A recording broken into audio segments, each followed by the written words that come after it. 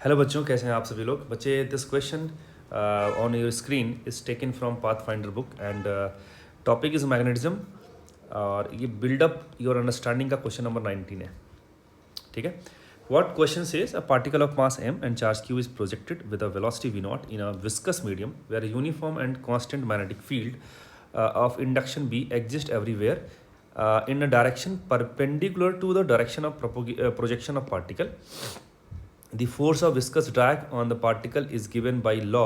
आपको दे रखा है कि जो विस्कस फोर्स होगा मीडियम जो देगा वो कितना है, -b/v, है ना। v is and b is positive constant and v is velocity vector and find distance travelled by the particle during the time interval from the instant of projection until velocity vectors turns by 2π radian. ये बड़ा ही प्यारा question है। आप last line को वापस पढ़ो। Distance travelled by particle during a time interval from the instant of projection until velocity vector turns by 2π radian. ठीक है। जरा सोचो आप कि अगर ये नहीं होता, ये ड्रैग फोर्स नहीं होता और चार्ज पार्टिकल एक ट्रांसवर्स मैग्नेटिक फील्ड में रखा गया है, तो charge particle will perform a circular motion like this. Initially velocity इधर था, है ना। जब वापस एक कंप्लीट राउंड लगाएगा तो जो वेलोसिटी वेक्टर होगा वो कितना एंगल इससे बना लेगा, 2π। वो 2π घूम के आ गया ना, तो डिस्टेंस कितना ट्रैवल कर लेगा ये बहुत आसान है डिस्टेंस। तो डिस्टेंस इज सिंपली सरकमफरेंस, हो जाएगा 2πr। और r क्या होता है, mv/qb। तो ये बड़ा आसान सा क्वेश्चन हो जाता, ठीक है। लेकिन ये भाई लफड़ा क्रिएट करेगा, है ना। और ये ऐसा नहीं कि बहुत खतरनाक लफड़ा क्रिएट कर रहा है कि हमसे होगा नहीं, आसान है बट थोड़ा सा अच्छा है। हम इसको समझेंगे तो हम बहुत कुछ सीखेंगे चीज़ों को, ठीक है ना। तो मैंने कंसेप्ट सारा लिखा हुआ 1 by 1। जब मैं सॉल्व कर रहा था तो मुझे लगा कि क्या क्या कंसेप्ट आपको बताने चाहिए, तो उनको पहले एज अ कंसेप्ट लिख दिया मैंने। बाकी सॉल्व करना तो बहुत टफ नहीं था, बहुत जल्दी हो जाएगा, विदिन 1 मिनट में सॉल्व कर सकते थे हम इसे, बट स्टिल हमें कंसेप्ट सिखाना था आपको, दैट्स वाई मैं आपको पूरी चीज़ें एक बार डिटेल में बताऊँगा। कंसेप्ट दो क्या है, charge particle starts moving in a transverse magnetic field, it follow uniform circular motion having radius equal to r equal to mv/qb। और उसका जो टाइम पीरियड होगा वो कितना हो जाएगा, 2πm/qb। मतलब एक चक्कर लगाने में जो टाइम लेगा ना वो होता है t इजिकल टू 2πm/qb। देखो ये जो चीज़ है ना, ये रिजल्ट आपको दिख रहा है टाइम पीरियड का। This result is independent of speed. ये बहुत इंपॉर्टेंट रिजल्ट है, मतलब ये बहुत इंपॉर्टेंट बात है कि इसका स्पीड से कोई लेना देना है ही नहीं। अगर आपने दो चार्ज पार्टिकल को फेंका जिसके चार्जेस सेम थे, जिनके मासेस सेम है, मान लो आइडेंटिकल चार्ज पार्टिकल को आपने प्रोजेक्ट किया, ठीक है। किसी को स्पीड v1 दे दिया, किसी को स्पीड v2 दे दिया, तो दोनों का रेडियस r1 r2 अलग हो सकता है, लेकिन जो टाइम पीरियड है ना वो दोनों का सेम होगा, क्योंकि टाइम पीरियड में स्पीड का कोई रोल है ही नहीं। qm का रोल है और मैग्नेटिक फील्ड का रोल है, वो सेम रखा है हमने। बात समझे क्या, ये बहुत इंपॉर्टेंट चीज़ है। अच्छा, इसका हम लोग इस्तेमाल भी करेंगे, that's why I have written there. Third concept क्या है, now due to viscous force, ये करेगा क्या। तो विस्कस फोर्स देखो हर एक पॉइंट पे, हर एक इंस्टेंट पे वेलोसिटी के अपोजिट है। तो अगर मान लो आप इधर चल रहे हो, इस डायरेक्शन में अगर कोई रिटार्डेशन लग रहा है तो आपकी स्पीड को कम करेगा।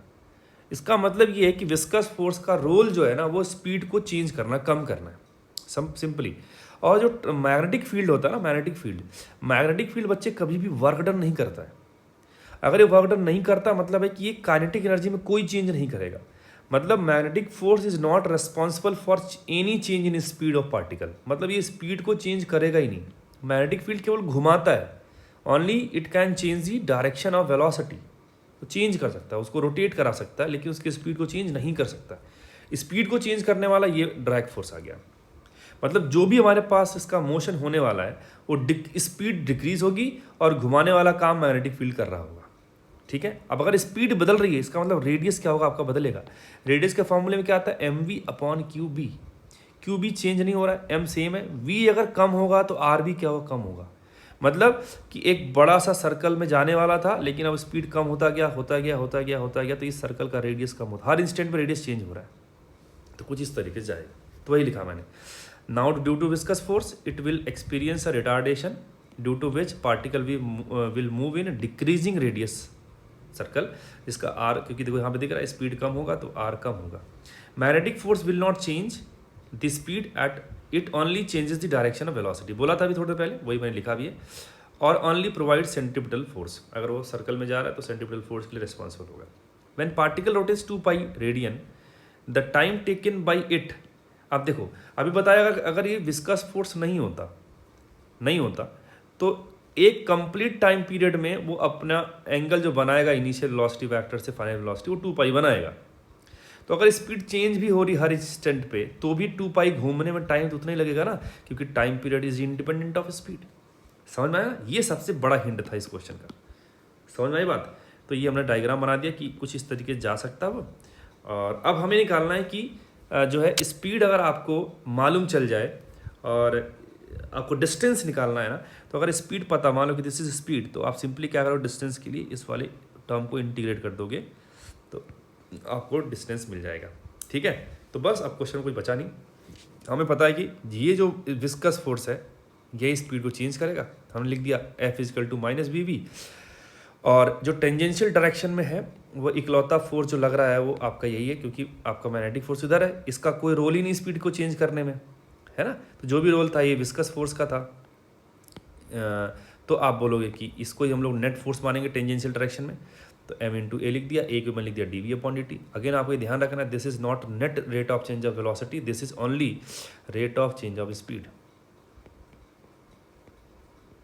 ठीक है, ये बात ध्यान रखना आप। ठीक है, ओके। अब यहाँ वेरिएबल सेपरेबल लगाया, dV/V चला गया, इसको इधर भेज दिया, तो dV/V - V/m dt इंटीग्रेट करोगे, यहाँ पे आ गया ln_V, लिमिट पुट करोगे तो V/V0, तो ln_V/V0 आ गया। यहाँ आ गया -BT/m, ln हटाओगे, एंटी लॉग लेंगे, इधर वाली पूरी चीज़ e की पावर में पहुँच जाएगी, e की पावर -BT/m, ये v आ गया।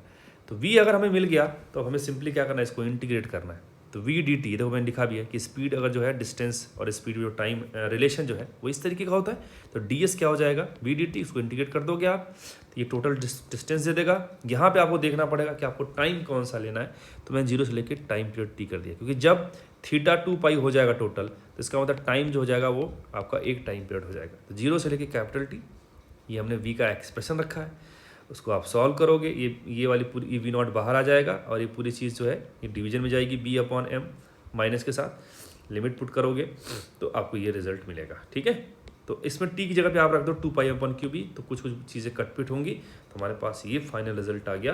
जो डिस्टेंस वो ट्रैवल करेगा जब एक पूरा कंप्लीट, या ये कह सकते हो कि 2 पाई रेडियन वो घूम गया जब, है ना, तो उसका जो डिस्टेंस होगा इस पाथ का वो हमने निकाल दिया। बड़ा ही अच्छा सा रिजल्ट आ गया।